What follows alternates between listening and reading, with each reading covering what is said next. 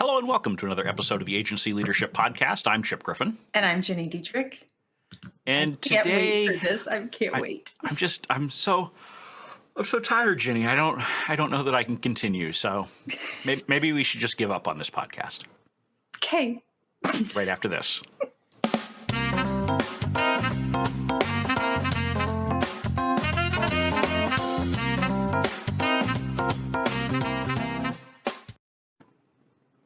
You almost threw me. I almost didn't have a chance to come up with an idea because, as we've talked about, I do not come into that opening with any idea what is going to come out of my mouth. Yeah. Not a single clue. I hadn't thought about it at all. So as you're talking, I'm rewinding in my head what we're going to talk about. Okay. All right. How can I transition this really in the most awkward possible way?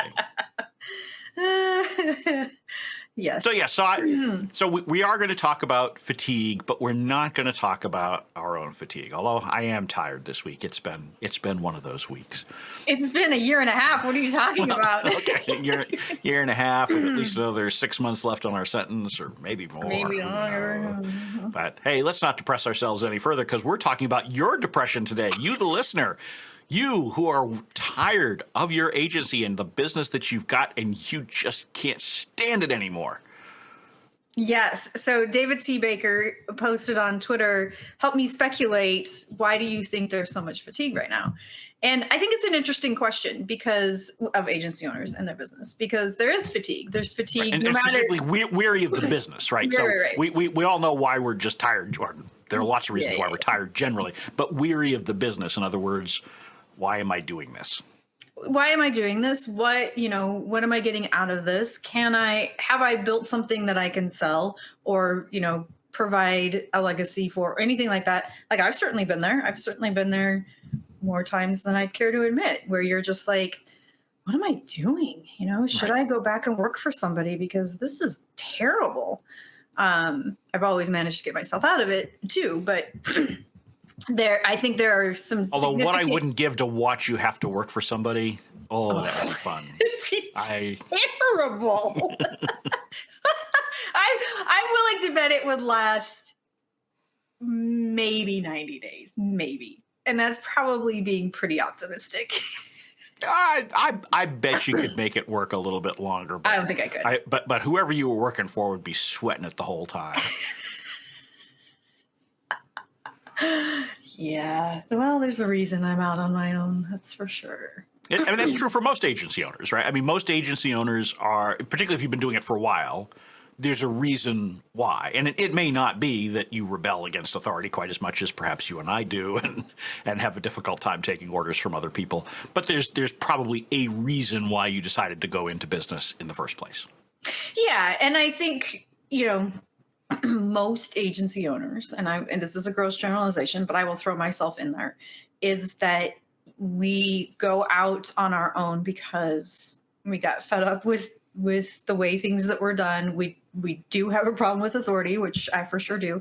We thought there was a better way of doing things. We were really good at our craft, but we didn't have a plan for actually building a business. Like there are people, entrepreneurs who build businesses and have a plan, and most agency owners don't.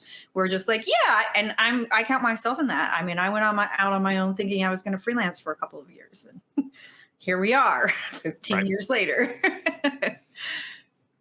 Yeah, I mean, it's most people either they come to the business accidentally or they come to their business model accidentally when they're an agency owner. Mm-hmm. There are very few who have thought it out, and frankly, a lot of those who have thought it out haven't really thought it out. they have a plan, but some of the plans I've heard are fairly outlandish from folks just getting started. Where I want to build $100 million agency. Cool. Why? Like that's not how. That's by when? When you're just starting out, maybe that's not really what your target should be. Focus on some perhaps slightly nearer term goals, because 100 million agency is not something you're likely to build in 5 years. No. It takes time. No. There aren't that many of them. I mean, if you look at the list in O'Dwyer's, there are very, very few PR agencies that are at the $100 million level. So, yes. So having no idea what your plan is can often lead to problems, and I think that's what leads to a lot of this weariness that comes in. And by the way, folks, it is weariness, not wariness. And I've been so irritated the last year because so many people say, "Oh, we're just wary of the pandemic." Well, No, you may you're be not. wary of the pandemic, but you're actually weary of the pandemic. Sorry for that tangent. You need to have Ken Jacobs come on because he just posted an article about the phrases that people get wrong, like "nip it in the butt" instead of "nip it in the bud." It was on there. I mean, it depends, For all intensive purposes. Yes. Oh, God. Oh, Irregardless. That they all say. Well, okay, but irregardless, I forget whether it's OED or Webster. Someone did. That. Yeah. Someone added that, which just set me off. Still not a word, but. No, yeah. Just because they put it in the dictionary to make the people who use it wrong feel good about themselves doesn't make it right. So please don't write irregardless. Anyway, that was irregardless. Let's move on. Yeah, I think you're right that there's, you don't have a plan. You don't know what it is that you're trying to achieve. Your goals are unrealistic. You don't understand what it takes. And what I see a lot is that agencies grow fairly quickly, especially in the first couple of years, which is great, but the owner has no idea how to manage it. Like they don't know they're unorganized and they're overwhelmed and they don't know how to bring it all together because there's no process, there's no business model, there's no business plan. There's no plan for growth and adding people when appropriate. And because of that, things start to implode and it starts to weigh down on the agency owner, when in fact there are ways to get yourself out of that by being a business owner. And I remember, and I've probably said this before, but I had a business advisor early on who said to me, you have to decide. You can either be a kick butt communicator, and that's great, and we'll find somebody to run your business for you, or you can be a kick butt business owner, and you can hire the experts to do the communications. At the time, I chose that I wanted to be a kick butt business owner because it was a challenge for me. Over time, I learned that that's not what I enjoy. I enjoy doing the work. I enjoy doing the communications work and being an expert because I've spent so much time honing my craft. And so because of that, a few years ago, I brought on a right-hand person and started to train her so that she could run the business so that I could continue to do what I love, because I don't love running the business. Right. Yeah. And so, I think that you've really touched on the key here to addressing the weariness that agency owners may have. And so, I have a lot of clients who've come to me in recent years and said, look, I'm fed up. I'm working too hard. I'm not making enough. Yep. I'm not doing the kind of stuff I want to do. I want to sell and move on and figure out something else that I can do with my life. And this was even pre-pandemic. I think certainly a lot of people, the pandemic has been an additional push. For sure. But I don't think this is a new phenomenon with agency owners for the reasons that you've outlined.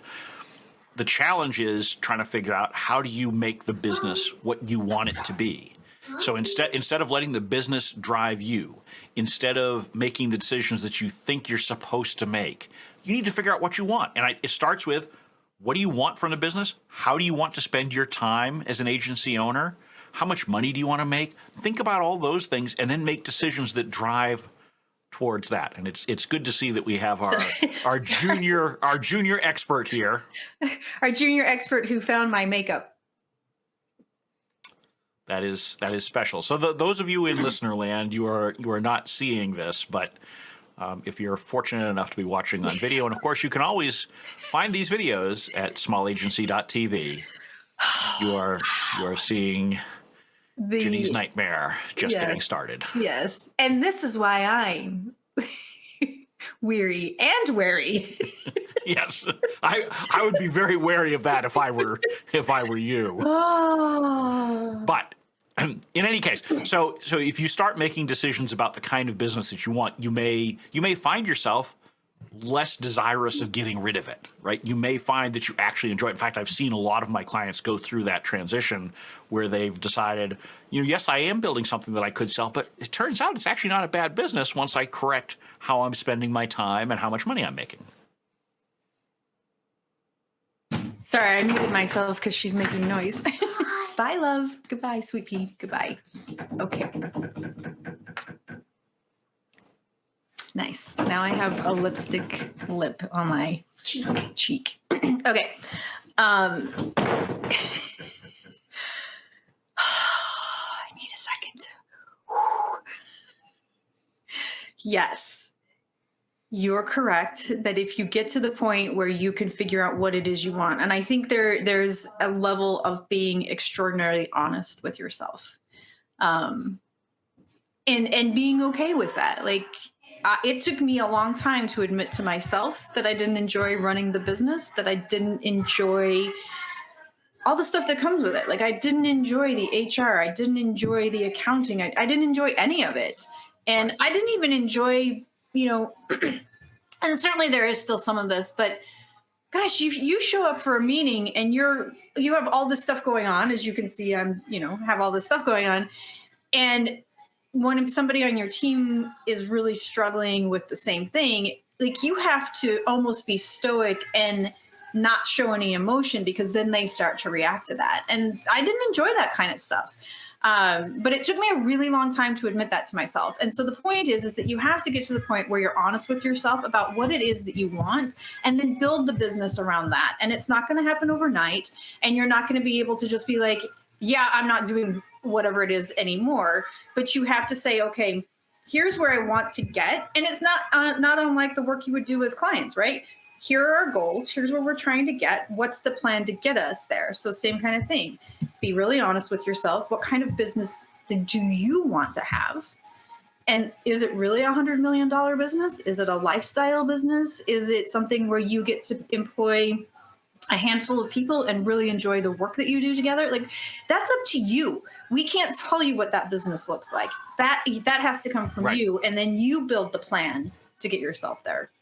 Right. Yeah, because I always say there's no reason to take on all the stress and risk of running your own business if you're not getting what you want from it. Right. And I understand why people complain about their bosses, their employers, right? When you have an actual job, right? Because you don't control a lot of that. When it's your own business, there's no reason to be complaining about your job, because you decide what your job is. Now, this isn't true if you're a freelancer. You got a little bit, it's a little bit different. But if you've built an agency, you've got employees, you've got team members, you've decided how you're spending your time and how they're spending their time. Right. If you're not spending your time doing what you want to do, change it. You're the boss, right? And don't tell me, oh, I can't do it. I'm the only one who can do it. Baloney. Baloney, right. There's almost nothing that you as the owner are the only person who can do. And there's no reason why you can't make the decision that you're going to focus on communications or marketing, have someone else do the business and admin side and sales and all that kind of stuff, or vice versa. Right. Maybe you like that and you're happy to hand that other stuff off. Yep. Right? Craft the role that you want. Start there, and then figure out what the rest of the team looks like from there. Don't let the winds take you there. Go there because that's the course you've plotted. Yeah. So there are a few things that I think happen, and some people said this in response to Baker's tweet, which were, I've built this business and I'm working my butt off and I'm working 100 hours a week and I'm making less money now than I did 3 years ago. Number one. So stop. Right. Number two is I'm working in a business that I don't enjoy. Number three, and I'm going by memory here, I don't have it in front of me, but there were several reasons that I was like, yeah. And we've talked about this a little bit before, but it's, you have to get to the point where you're comfortable asking for what you're worth. And if you're making less money today than you were 3 years ago, there's a problem there. And it's probably a pricing problem. And it might be a pricing and a target problem, right? So it might also be a not letting go problem, right? It so you could do very have to well dig in be a here. not letting go problem, yeah. Because a lot of owners think that they have to be in every client meeting and that they have to be hands-on with everything. And guess what? You don't. I will tell you, I did this experiment. I started saying to clients, I can be there, but it's going to cost you X more. And I let the clients decide if they really needed me there. Because if they said they needed me there and I was there, they wanted me there, right? But if they knew it was going to cost them more money to have me there, they got to decide, do I really need Jenny there, or is the team great? And I would say 98% of the time they're like, no, we're good. Yeah. I mean, look, we always think that clients care a whole lot more about who's in that Nope, meeting they than they don't. do. They care about what we're doing for them. Yes. They don't care if you or I are in that meeting. They don't, we always worry, what, if so-and-so leaves, we're going to lose this client. Guess what? You're probably not going to. Nope. 9 times out of 10, Nope. they're going to be happy with whoever else you put in that chair as long as they take the phone calls and do the work. Yep. And really, so, there's no loss or transition in the transition, too. They don't care.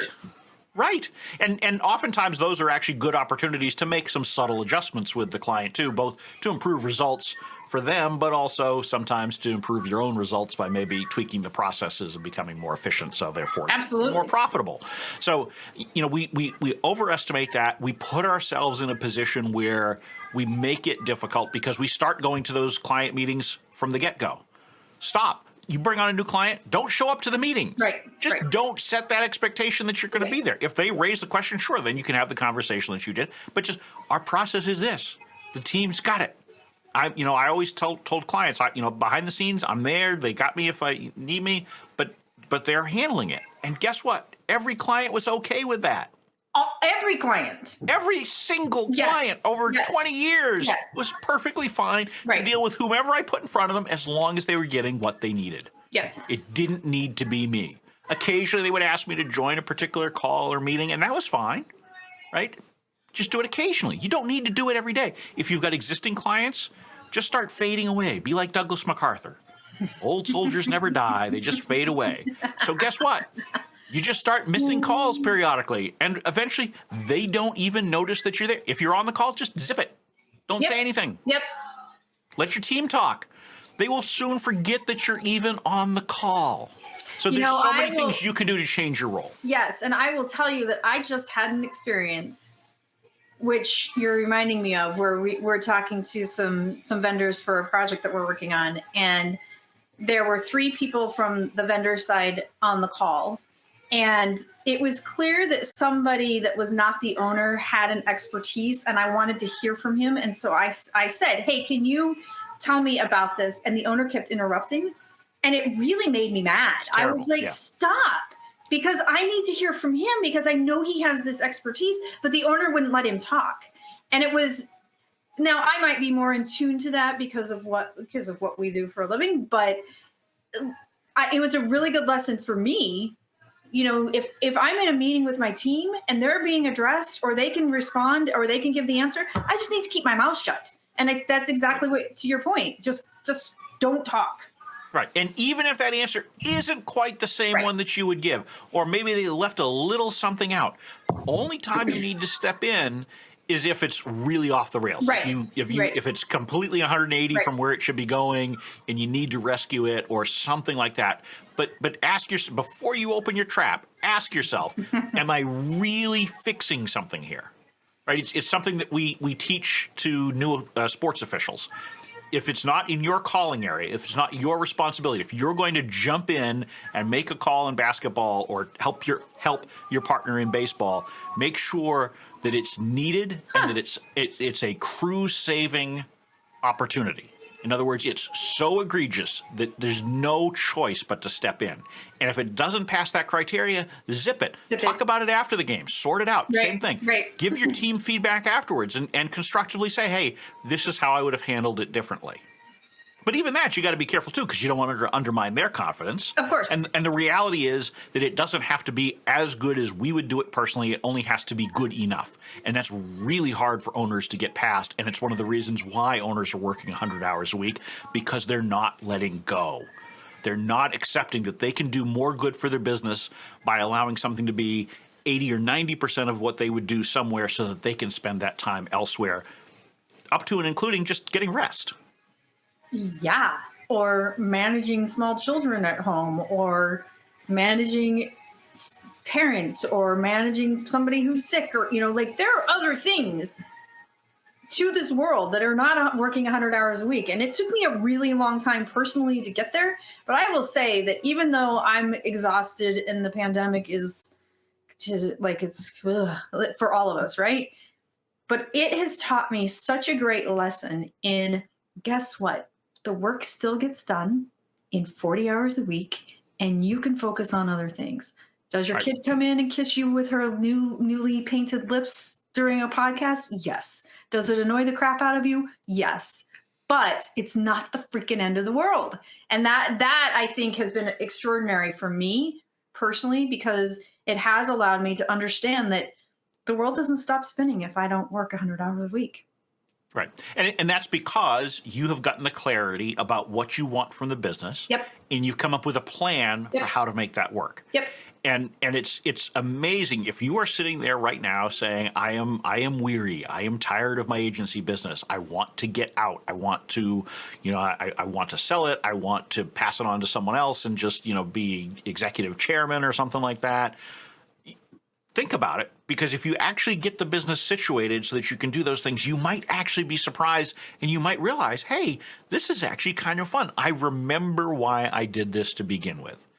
And to me, there's no better outcome than to realize you actually can fall in love with your business all over again. And guess what else happens? You make a shitload of money. All of a sudden you're like, oh, what was I doing all these years? Holy cow. Right. Because the thing is, look, if you don't like what you're doing or how much you're making, and you've got at least a modest-sized team, and I'm talking 2-3 people, right? It doesn't have to be huge. Anytime that you've got that, you have enough levers that you can pull that you can fix both how you're spending your time and how much you're making. It may be changing pricing. It may be reassigning the work. It may, and I hate to say this, it may be letting someone go. Yeah. Right? Maybe someone who's been with you for 10 years and they're just, you've continued to give them raises, but they're not doing the work that's at that level. It happens. Yeah. Right? And the business has changed too, right? I mean, agencies today look very different than they did a decade ago. So you may, even though we feel loyal to our team, and we should be loyal to people who've been loyal to us, at the same time, you need to make the decision that's right, not just for your business, but for you as the owner. Because again, the reason you have your business is so that it can serve your needs, not so that it can serve someone else's needs. It needs to serve you first. 100%. You don't have investors, you don't have Wall Street to report to. It should best serve you. Figure out what it is that you want. And it's okay if it changes. It might change 5 years from now. And that's okay. But right now, figure out what it is that will make you happy and where you think you can make the most money, best benefits, whatever happens to be, and build the plan to be able to get there. Yep. And we can't tell you what that is, and your neighbor can't tell you what that is, and some other agency owner can't tell you what it is. Only you can figure it out. Yep. You would not just show up at a movie theater and let some random stranger tell you which theater to walk into. Right? You're going to go and figure out which film you want to see. Right? Wow. That's how you're going to enjoy yourself, not by listening to what other people tell you to do. So by all means, listen to our advice. Take in all the different data points that you have, but you need to build the business that works for you. Yep. And you will, I can speak from experience, you'll be far happier, you'll work far less, you'll make more money, and you'll have better work-life balance. Yep. So with that, we're going to give you a chance to have a little bit more work-life balance and figure out what it is that you want to do with your own business by signing off from this episode of the Agency Leadership Podcast. I'm Chip Griffin. And I'm Dietrich. And it depends. Thank you for listening to the Agency Leadership Podcast. You can watch or listen to every episode by visiting agencyleadershippodcast.com.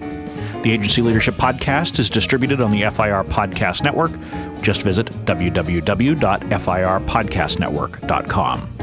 We welcome your feedback and suggestions and look forward to being back with you again next week.